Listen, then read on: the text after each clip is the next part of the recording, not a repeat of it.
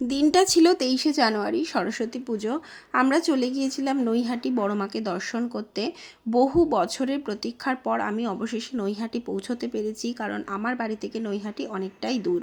আর পৌঁছে যথারীতি ডালা নিয়ে আমরা খুবই সুস্থভাবে কিন্তু বড় মার পুজোও দিতে পেরেছি, কারণ সেই দিনকে ভিড় একদমই ছিল না, লাইনও ছিল না।